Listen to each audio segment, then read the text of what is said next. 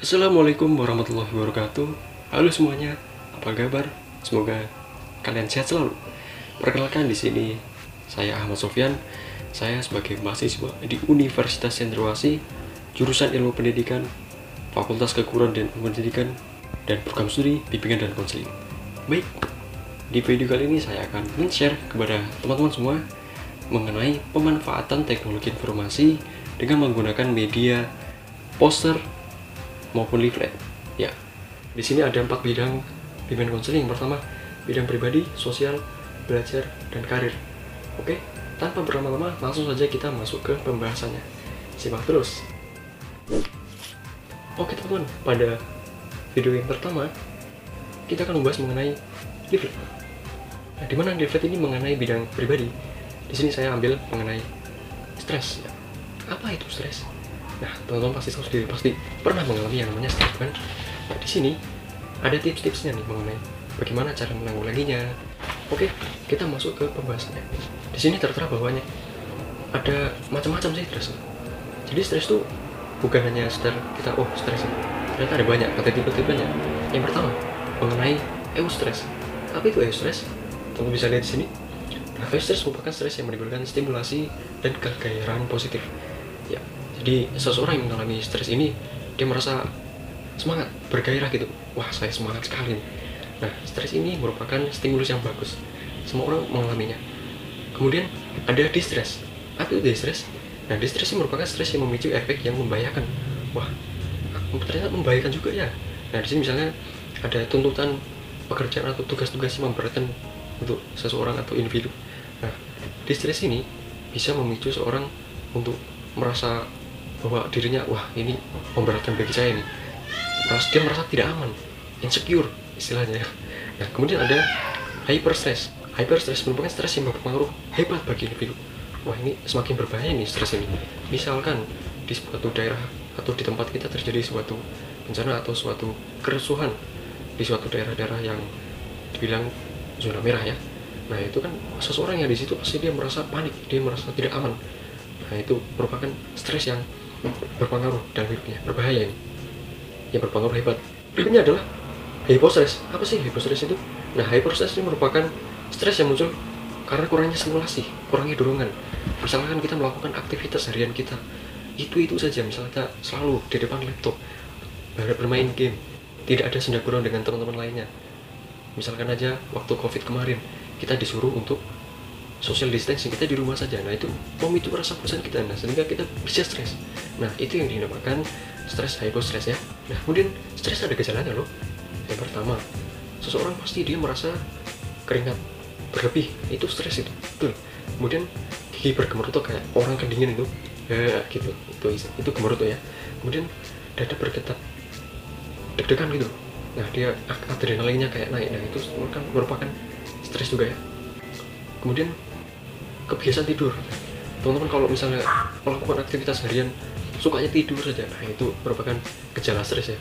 Nah, kemudian kesulitan bernafas, jadi kita nafasnya kayak tidak loss gitu, nggak biasanya. Nah, itu merupakan gejala stres juga. Kemudian nyeri otot, nah badan rasanya kayak pegel-pegel gitu. Nah, itu merupakan gejala-gejala dari stres. Kemudian mudah lelah, ya anak zaman sekarang milenial ya, mudah lelah gitu. Kemudian berat badan naik turun ya. Gitu. Ya, apalagi misalkan kita menghadapi sebuah tugas-tugas yang berat, nah pasti kita kalau mengerjakannya sampai lupa makan, lupa istirahat, nah itu berat badan bisa naik turun.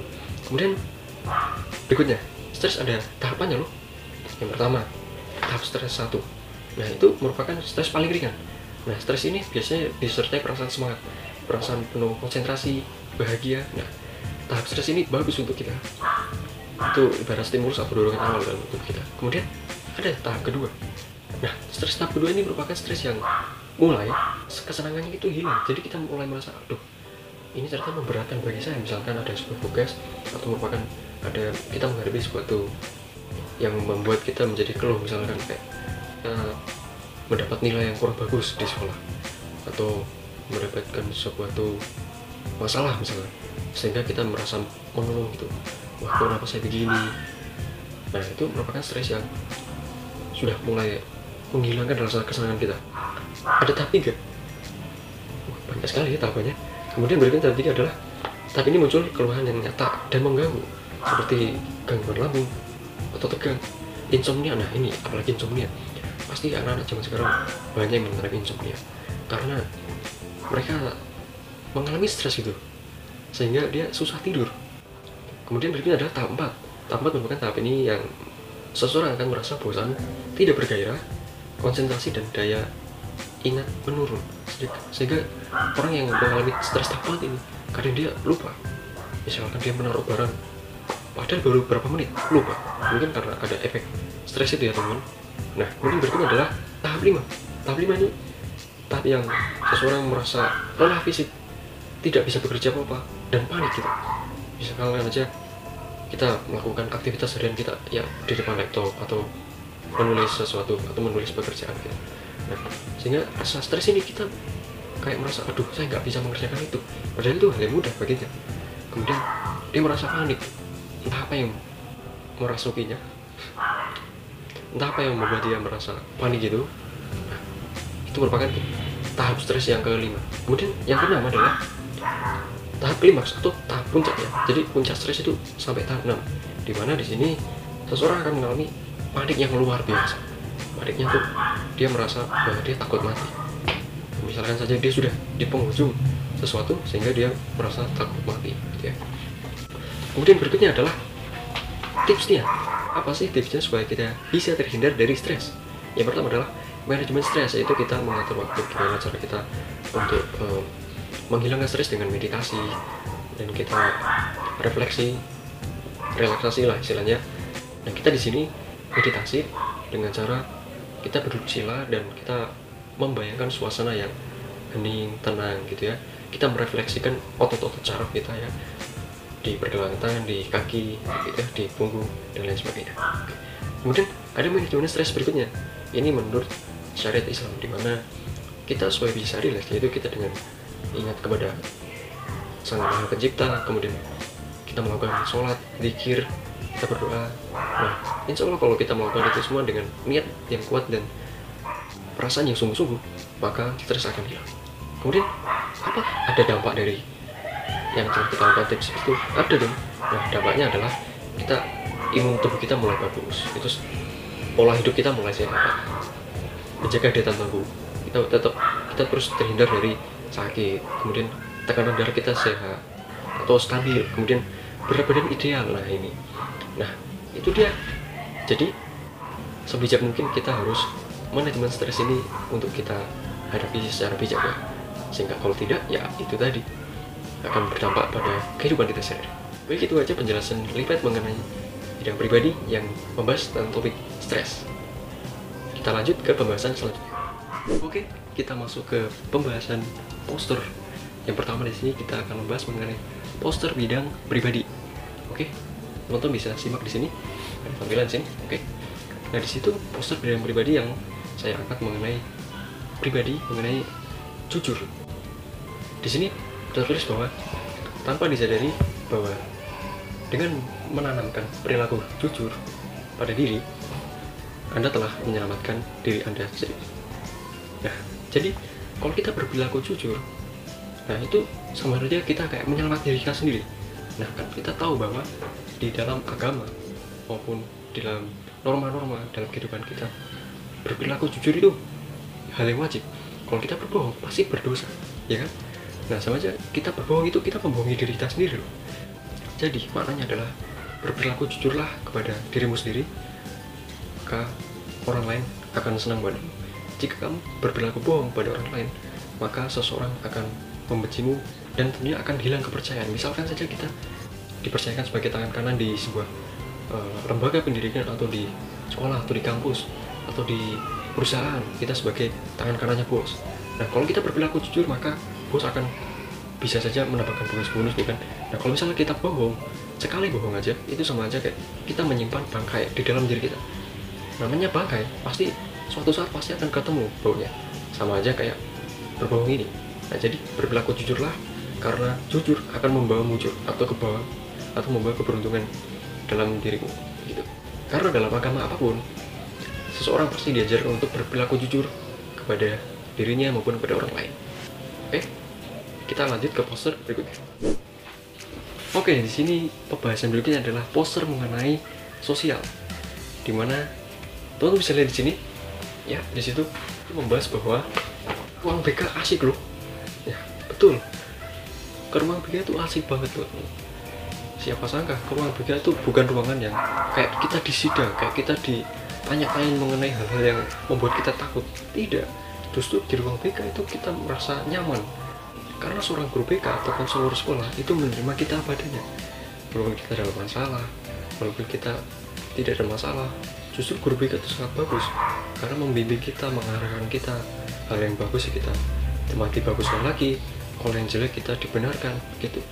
Terus di poster ini membahas mengenai guru BK sahabat siswa. Yes, betul, karena guru BK adalah sahabat siswa-siswi di sekolah, temannya mereka.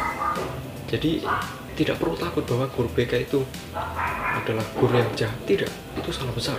Justru guru BK itu merupakan sahabat mereka, untuk pelengkap mereka, untuk menemani mereka dalam pembelajaran. Kalau misalnya ada kesusahan, dibantu, mengarahkan mereka, dan lain sebagainya. Ada pernyataan bahwa guru BK polisi sekolah. No, bukan. Guru BK bukan polisi sekolah. Namanya guru, ya pasti guru, bukan polisi, ya kan? Nah, istilah ini disalahgunakan oleh seseorang karena mungkin ada beberapa guru-guru bimbingan konseling maupun konselor sekolah yang secara keprofesionalannya belum maksimal. Jadi dia belum memahami betul bagaimana peran, fungsi, tugas dalam pelaksanaan layanan bimbingan konseling di sekolah, sehingga yang dia lakukan hanya ya kayak memeriksa atribut, hanya mengatasi masalah siswa yang bermasalah gitu. Kalau misalnya ada lagi yang sampai jahat, ya sampai memukul siswa, nah itu tidak boleh ya. Jadi guru bimbingan konseling bukanlah polisi sekolah, melainkan sahabat siswa. Oke, jadi jangan takut lagi untuk datang ke ruang bimbingan konseling gitu. Oke, kita lanjut ke poster berikutnya. Oke, kita akan masuk pembahasan mengenai poster yang ketiga, yakni mengenai bidang belajar. Oke, di sini saya memasukkan bahwa di poster sebelah sini teman bisa lihat. Nah, di situ membahas bahwa long life education, belajar hukumnya adalah wajib. Belajar tidaklah mengenal usia muda ataupun tua, karena sesungguhnya belajar itu seumur hidup sampai akhir hayat. Nah, apa sih makna dari poster ini? Nah, kita tahu bahwa belajar itu adalah wajib. Belajar itu seumur hidup. Kita sejak lahir dari kandungan, di umur bayi itu sampai kita dewasa sekarang, itu namanya kehidupan, itu belajar. Kita belajar bagaimana anak kecil bisa merangkak, bisa berjalan. Itu semua melalui proses belajar. Nah, sampai pada kita di sekolah, sampai kita walaupun lulus sekolah, itu semua tetap kita belajar terus. Karena dalam agama pasti semuanya menyarankan atau mewajibkan untuk melaksanakan belajar.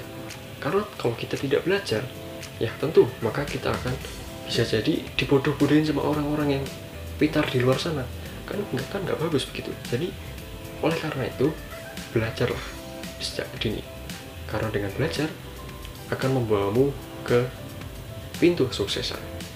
Karena dengan belajar kita jadi tahu banyak, bukan? Contoh saja kita belajar mengenai matematika, nah, nanti kita bisa tahu kalau misalnya kita berbelanja di sebuah pasar misalnya atau di toko, nah kita bisa tahu, nah uang kita berapa, kembaliannya berapa. Nah kalau kita nggak belajar matematika, nah kita akan dibodoh-bodohin, nah kan bahaya gitu. Sama halnya dengan aspek-aspek lainnya. Jadi belajarlah, karena dengan belajar kesuksesan akan ada di depan pintu. Karena dengan belajar kita menjadi banyak tahu, banyak ilmu yang bermanfaat untuk bagi kita maupun bagi orang lain. Apalagi calon-calon guru, nah tentu belajar menjadi hal yang sangat wajib baginya. Betul? Oke. Ya, jadi intinya adalah belajarlah sampai akhir hayatmu, karena belajar itu wajib. Oke? Oke, kita akan lanjut ke pembahasan poster yang keempat. Let's go. Oke, kita masuk ke poster yang keempat. Poster yang keempat ini mengenai bidang karir. Dimana di sini saya mengambil sebuah poster yang saya tampilkan di sini. Ya, teman-teman bisa lihat. Nah, bahwa di situ menjelaskan bahwa kesuksesan akan datang bagi mereka yang mau berusaha. berikhtiar, dan bertawakal. Sebaliknya, kegagalan akan datang bagi mereka yang mudah menyerah dan mudah putus asa. Ya, kita tahu bahwa di poster ini menjelaskan bahwa kesuksesan itu akan datang bagi mereka yang mau berusaha. Nah, kalau kita melakukan usaha, kita mau bekerja keras, pasti akan ada hasilnya. Tapi itu semua tidak menutup kemungkinan bahwa kita harus imbangi dengan doa, ikhtiar, tawakal. Itu istilah dalam Islam yang mana dengan melakukan hal itu tentu seseorang akan bisa mencapai apa yang dia inginkan. Berusaha dalam hal nyata. Kita melakukan bekerja, melakukan aktivitas, kita mengejar sesuatu impian. Nah, kemudian kita berikhtiar. Jadi kita harus sabar, kita menjalannya dengan apa adanya. Bertawakal. Nah, bertawakal berarti kita menyerahkan semua kepada Tuhan Yang Maha Esa. Kita memohon kepadanya bahwa apa yang kita lakukan dan kita imbangi dengan doa, pasti akan ada jalan yang terbaik untuk kita. Dan misalkan saja kita berusaha untuk mencapai kesuksesan dalam hal belajar misalkan di semester 1 saya mau mendapatkan nilai yang bagus, dapat nilai A semua, IPK-nya bagus, dapat 4 misalnya. Nah, itu tidak menutup kemungkinan bahwa kalau kita berusaha, kita berikhtiar, kita bertawakal, kita berdoa pada Tuhan Yang Maha Esa. Nah, itu semua pasti akan terkabulkan. Tidak mungkin tidak, karena apa yang kita lakukan dengan berdoa itu tidak akan membuahkan hasil yang sia-sia. Berusaha dengan doa akan menghasilkan sesuatu yang apa yang kita inginkan. Kalau kita berusaha, kita tidak berdoa, itu sama aja bohong, nggak ada apa-apanya. Jadi, marilah kita berusaha untuk mencapai kesuksesan apa yang kita cita-citakan dengan berusaha, berikhtiar, dan bertawakal. Insya Allah semuanya akan terkabulkan. Apa yang kita harapkan pasti Tuhan akan kabulkan. Oke. Nah, kemudian kegagalan datang bagi mereka yang tidak mau berusaha. Ya betul. Kalau misalkan seseorang malas-malasan, dia hanya berdoa saja tanpa ada usaha, sama aja bohong juga itu. Nah, bagaimana kalau kita nggak ada usaha, terus kita mintanya, wah saya mau sukses, saya mau jadi orang kaya, tapi nggak ada usaha. Nah, itu sama aja bohong. Sama halnya kita kaitkan hukum Newton 1, yang mana di situ membahas benda akan bergerak kalau ada gaya yang mempengaruhi. Sama aja kayak kesuksesan. Kita mau sukses karena ada dorongan, ada motivasi dalam diri kita, sehingga kita mau berusaha untuk sukses. Itu. Jadi, raihlah suksesanmu, raihlah cita-citamu setinggi mungkin. Karena itu adalah impianmu yang harus kamu capai.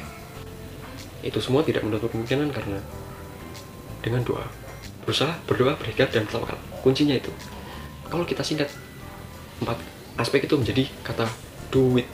Doa, usaha, ikhtiar, dan tawakal. Maka kesuksesan akan datang. Yakin itu.